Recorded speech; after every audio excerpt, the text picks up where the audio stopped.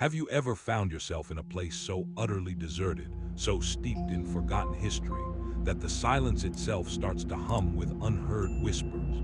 A place where every shadow seems to cling a little too tightly to the walls, and the air itself feels heavy with unspoken stories. Imagine the dead of night, the only sound the distant, muted hum of modern machinery echoing from a far-off, inhabited part of a building, completely separate from where you are. This is the kind of story that makes you check your locks twice before going to bed.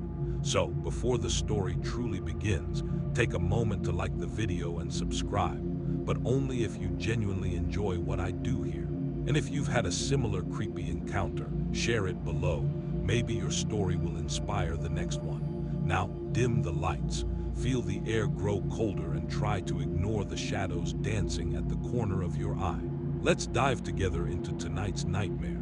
My name is Alex, or it was back then. I was a relatively young man, fresh out of college, looking for any work I could get to pay off student loans.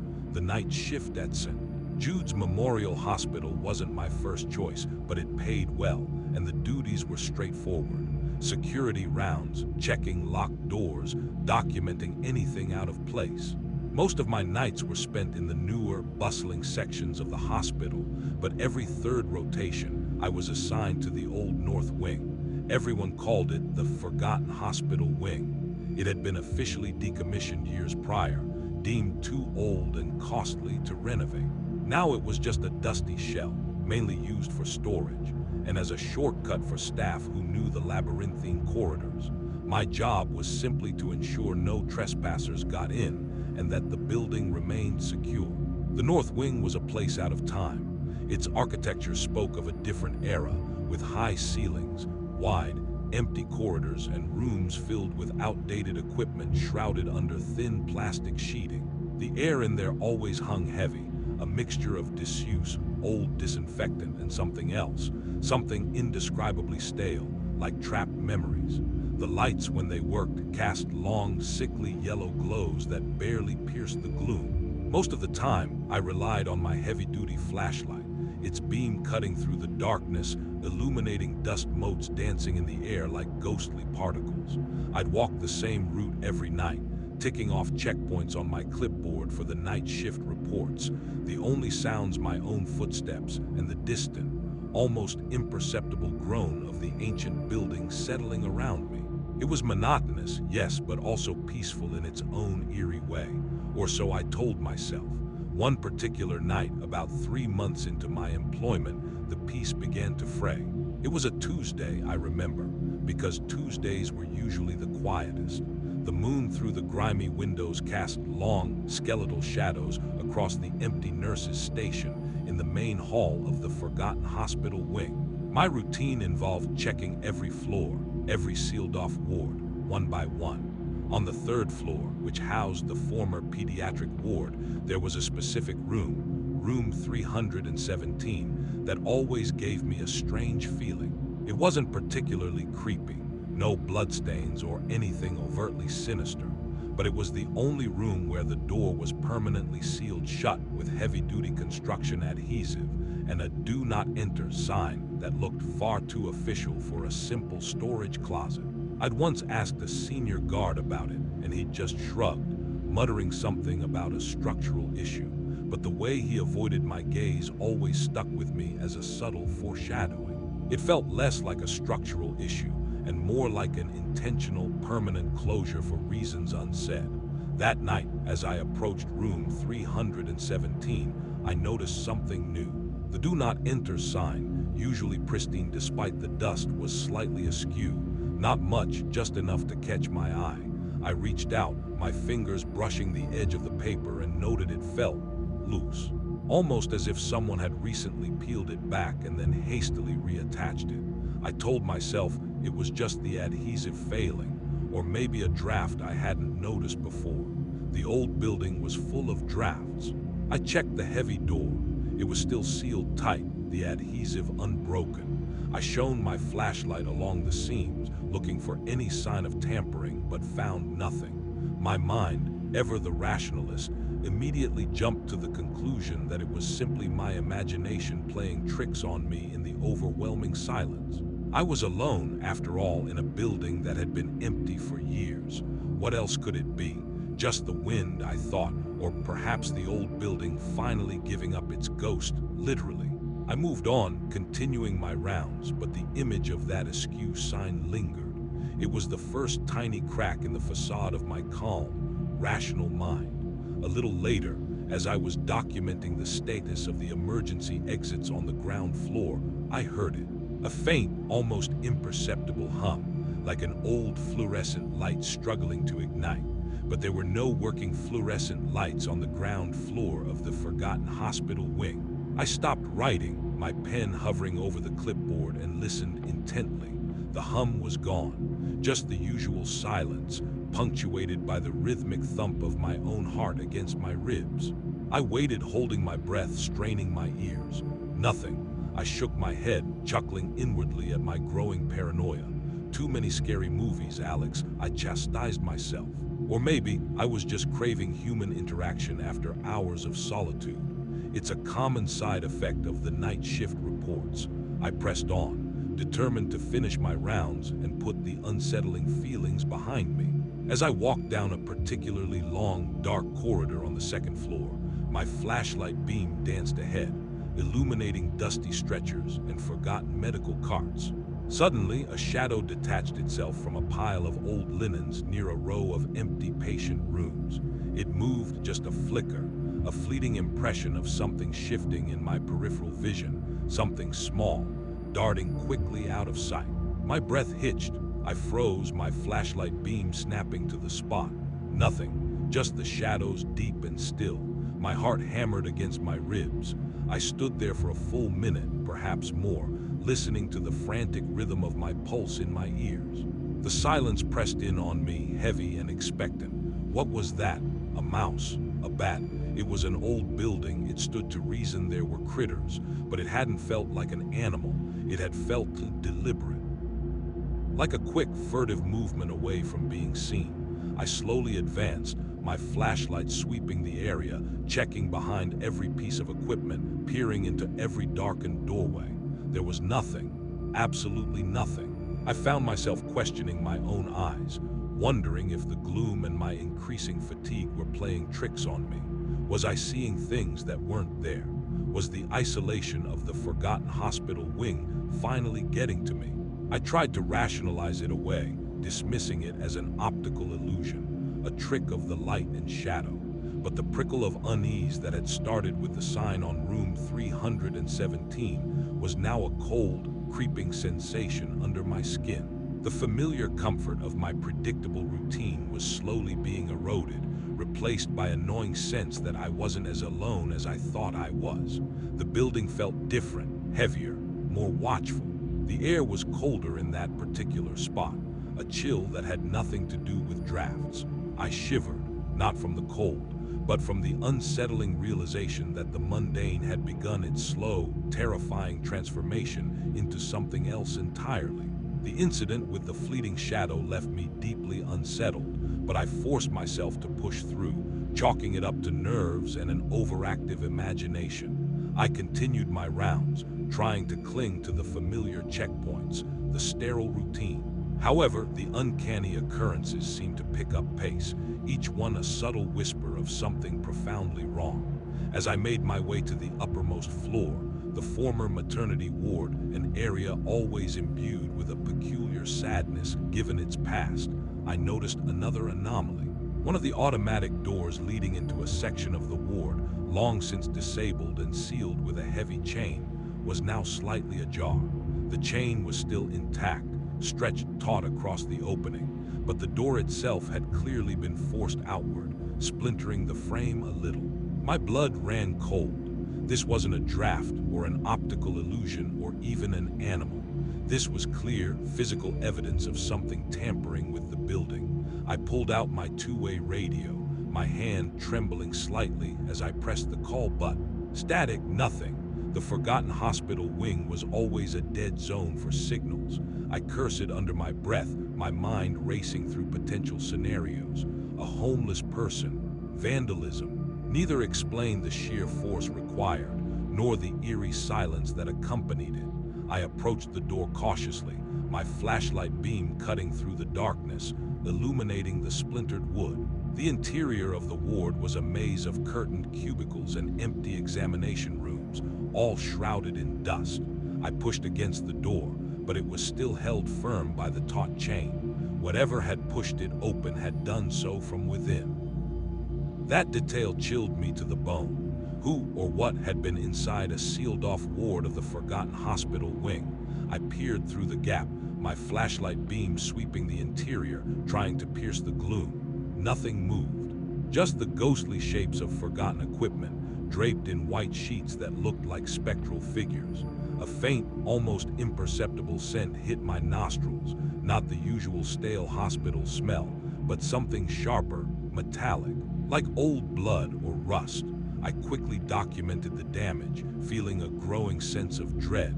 The night shift reports were certainly getting interesting, though not in a way I would have ever wanted. I was alone, truly alone, with something unnatural happening around me.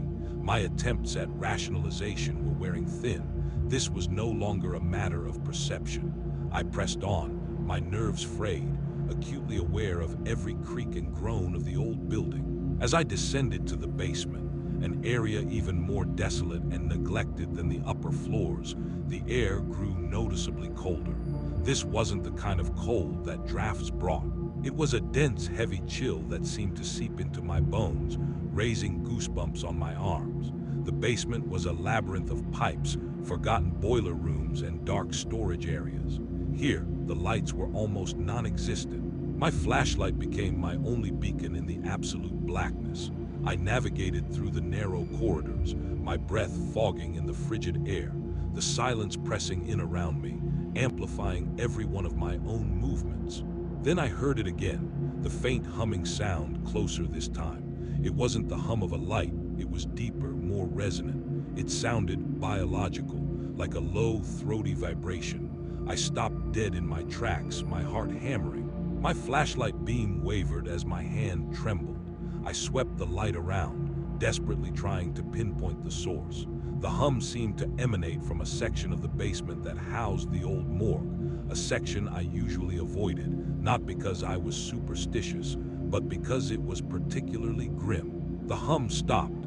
Just as suddenly as it had started, it was gone, leaving behind an even more profound, aching silence. I stood there, frozen, straining to hear anything at all. My mind was now cycling through possibilities that veered wildly from the rational. What if it wasn't a person? What if it was something else? The thought sent a jolt of ice through my veins. Reluctantly, I decided I had to investigate. My job, after all, was to report anything unusual, and this was beyond unusual. I slowly made my way towards the morgue entrance, my footsteps echoing unnaturally loud in the oppressive silence. The double doors to the morgue were heavy, made of dark, aged wood, and usually kept locked with a heavy bolt. Tonight, however, one of the doors was slightly ajar, casting a sliver of darkness even blacker than the surrounding gloom. A new scent, distinct and sickly sweet, wafted out from the opening. It was the smell of decomposition, but mingled with something else, something cloyingly artificial, like cheap air freshener trying to mask an unbearable stench.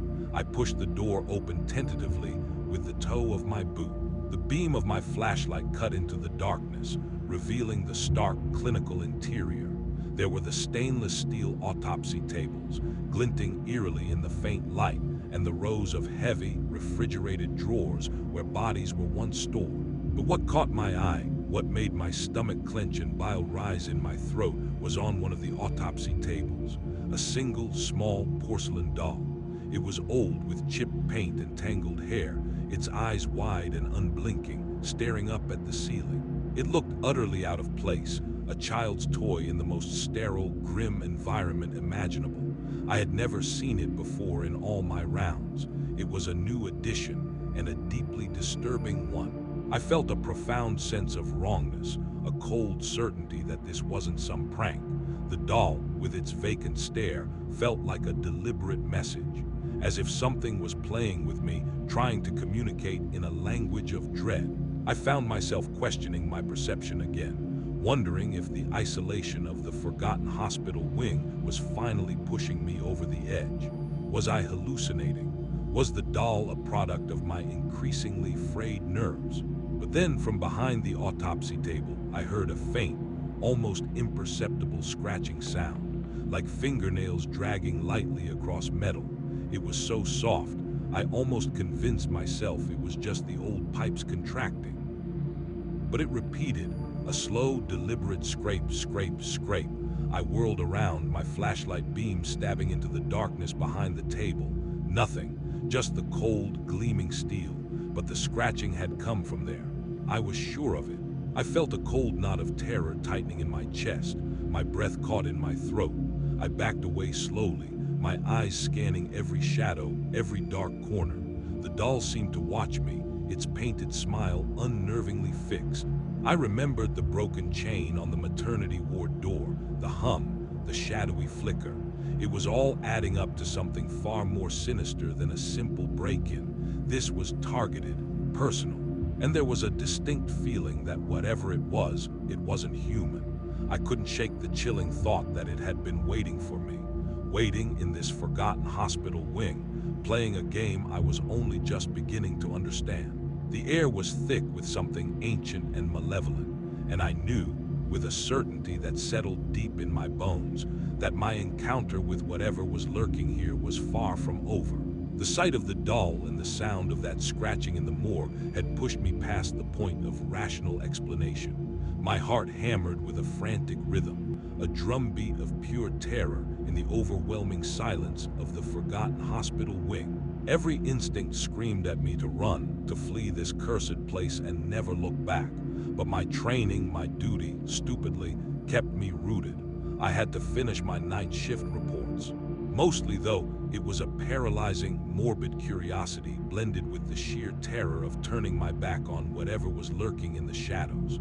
How could I explain this? A doll in the morgue, a forced open door from the inside. My superiors would think I'd cracked. I retreated from the morgue, not running, but walking backwards slowly, keeping my flashlight trained on the opening, half expecting something to lurch out at me. The sickly sweet scent clung to my clothes, and I felt a phantom touch on my neck, a brush of cold, unseen air. I climbed the stairs, 2 at a time, desperate to get back to the familiar, if still eerie, ground floor. The silence of the upper floors, once a comfort, now felt like a suffocating blanket pressing in on me, waiting. I fumbled for my radio, still no signal. Total isolation. The thought that something could be following me, unseen, unheard, made my skin crawl. As I reached the main corridor on the ground floor, heading towards the only exit that led back to the inhabited part of the hospital, I heard it again. This time it wasn't a hum or a scratch. It was a faint, high-pitched whimpering. It sounded like a child crying, muffled and distant, coming from deeper within the forgotten hospital wing. My blood ran cold again. No, this couldn't be. This was too much. The rational part of my brain, however small and cowering, tried to tell me it was a trick of the acoustics, a pipe groaning, anything but what it sounded like.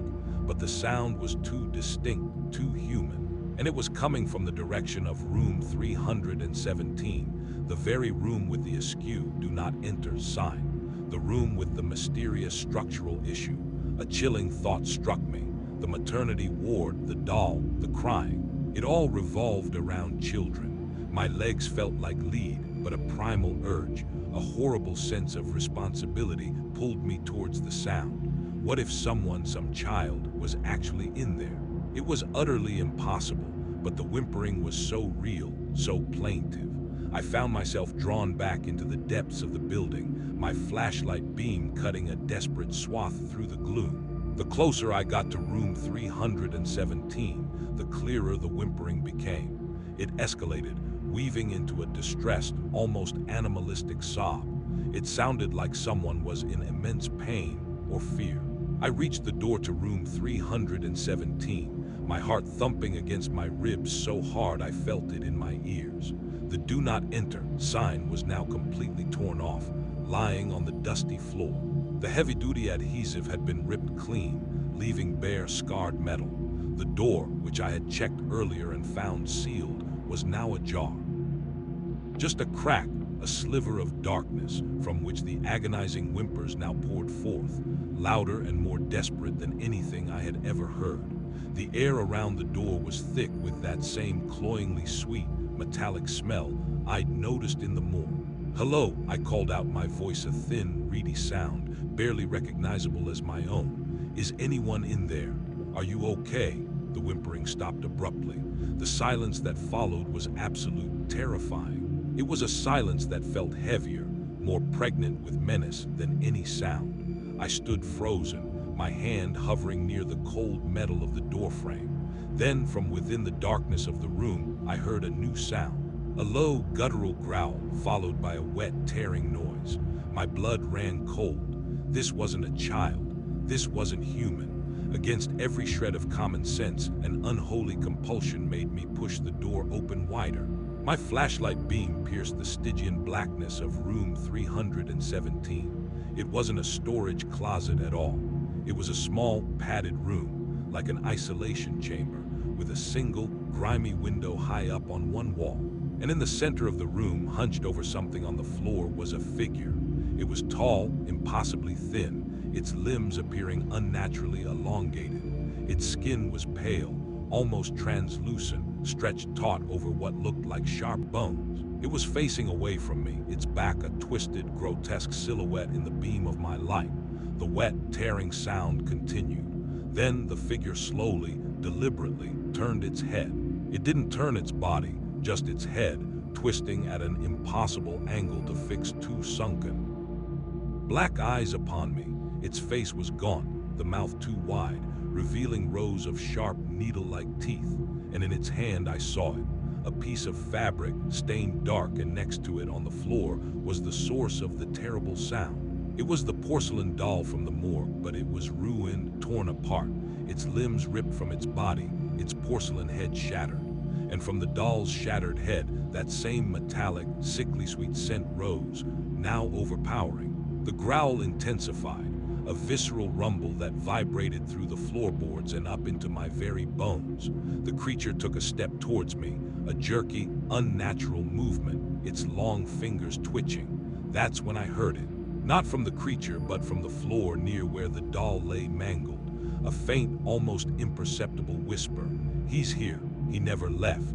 And then a sound that will forever haunt my nightmares. The last patient's scream. It wasn't the creature, but a distinct human scream, filled with utter despair and agony, impossibly emanating from something that was no longer there, yet was still so undeniably present. This was the true horror of the night shift reports. I didn't think, I reacted. I slammed the door shut with all my might, the sound echoing like a gunshot through the silent wing. I heard a sickening thud from inside, as if the creature had lunged against the door just as I closed it. I fumbled for the remnants of the heavy adhesive, trying to press it back into place, my hands shaking so violently I could barely hold anything. I could hear scratching on the other side of the door now, furious, desperate clawing, and a low, guttural shriek that was not human. I didn't wait. I ran. I ran down the corridors, past the ghostly equipment, past the broken maternity ward door, through the silent, empty spaces of the forgotten hospital wing, not caring about my night shift reports, not caring about anything but escape. I didn't stop until I burst through the emergency exit into the cool night air, gasping, shaking, certain I had left a piece of my sanity behind in that terrible place. It's been years since that night, but the memory, the chilling clarity of it all, remains as vivid as if it happened yesterday. I never went back to St. Jude's, not even to collect my last paycheck. I fabricated a story about a family emergency and disappeared, leaving the night shift reports and the forgotten hospital wing behind. I still wake up in the dead of night, drenched in cold sweat, the phantom smell of that sickly sweet, metallic scent in my nostril.